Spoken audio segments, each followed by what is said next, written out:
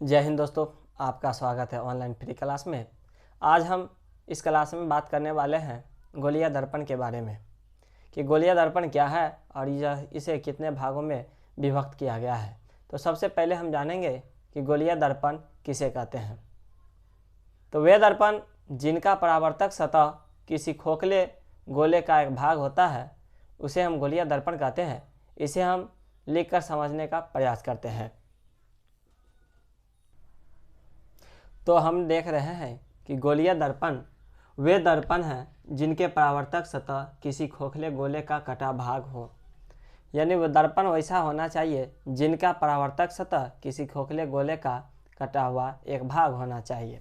जैसे हम देख लेते हैं कि यह एक गोला भाग है जो कि खोखला है।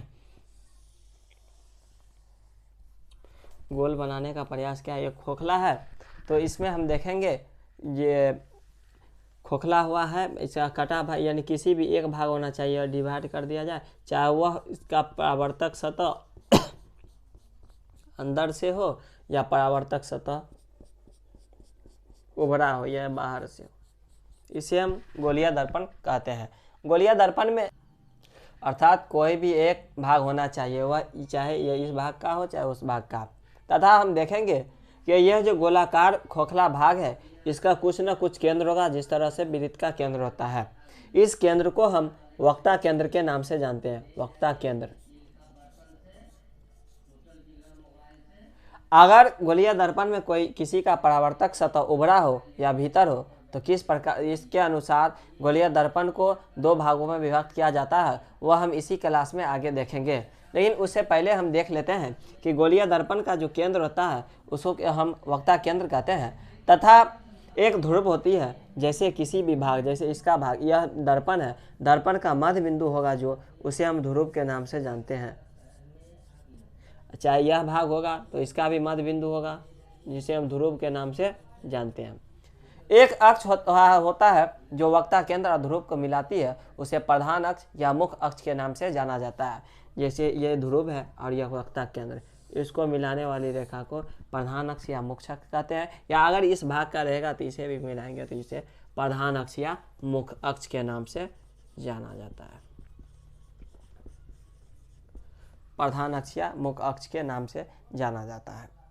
तो हम देख पा रहे हैं कि बीच वाले केंद्र जो होता है, जिस खोखला गोला जिस केंद्र का बना होता है उस केंद्र को वक्ता केंद्र के नाम से जाना जाता है। तथा वक्ता केंद्र और ध्रुव के बीच की दूरी जो होती है उसे वक्ता त्रिज्या के नाम से जाना जाता है। वक्रता त्रिज्या के नाम से जाना जाता है। देख लेते हैं आगे दोनों केंद्र गोलीय दर्पण के दोनों भागों को अलग करके इसे किस प्रकार से विभक्त किया जाता है। तो चलिए, तो देखिए हम गोलीय दर्पण को दो भागों में विभक्त कर दिए हैं, अर्थात ये गोलाकार संरचना को दो भागों में विभक्त कर दिया है।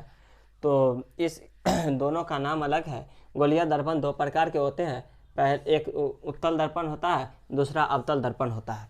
तो हम जानेंगे कि उत्तल दर्पण किसे कहते हैं। तो उत्तल दर्पण वे दर्पण होते हैं जिनमें पेंट या कलई अंदर या भीतरी सतह पर किया गया रहता है, यानी धंसा हुआ सतह पर किया गया रहता है, तथा इनके परावर्तक सतह उभरा हो। परावर्तक सतह का मतलब है जब प्रकाश की किरण आएगी तो बाहरी सतह से ही परावर्तित हो जाएगी। जैसे कोई प्रकाश की किरण आ रही है तो बाहरी सतह से ही परावर्तित हो जाएगी, अंदर में पेंट या कलई किया रहेगा, कलई। इसे हम उत्तल दर्पण के नाम से जानते हैं। जबकि अवतल दर्पण में इसका विपरीत होता है, इसमें पेंट या कलई बाहरी सतहों पर किया रहता है, कलई बाहरी सतहों पर किया रहता है तथा परावर्तक सतह अंदर होती है, धंसी हुई सतह पर इनका परावर्तन होता है। तो हमने देखे हैं कि गोलीय दर्पण को दो भागों में विभक्त किया गया है, एक उत्तल दर्पण है तथा दूसरा अवतल दर्पण। उत्तल दर्पण में पेंट या कलई भीतरी या धंसी सतह पर किया गया है जिसका परावर्तक सतह उभरा हुआ है, यानी बाहर है। जबकि अवतल दर्पण में पेंट या कलई बाहरी सतह पर किया गया है तथा इनका परावर्तक सतह धंसा हुआ है, अर्थात भीतर है। इसमें भी देखेंगे कि ये जो गोला है जिस केंद्र का है इसे वक्ता केंद्र के नाम से जानेंगे तथा इस दर्पण के मध्य बिंदु को हम ध्रुव के नाम से जानेंगे। वक्ता केंद्र को R से और ध्रुव को P से सूचित किया जाता है और इनको मिलाने वाली रेखा को प्रधान अक्ष या मुख्य अक्ष कहते हैं। ठीक इसी तरह से इनके भी केंद्र को हम वक्ता केंद्र R से सूचित करेंगे तथा ध्रुव P से सूचित करेंगे तथा मिलाने वाली रेखा को प्रधान अक्ष के नाम से जानेंगे। ये देखने के बाद हम देखेंगे कि इसमें किस प्रकार से प्रकाश का परावर्तन होता है और यह किन किन नियमों का पालन करता है, तो ये हम आगे की क्लास में देखेंगे।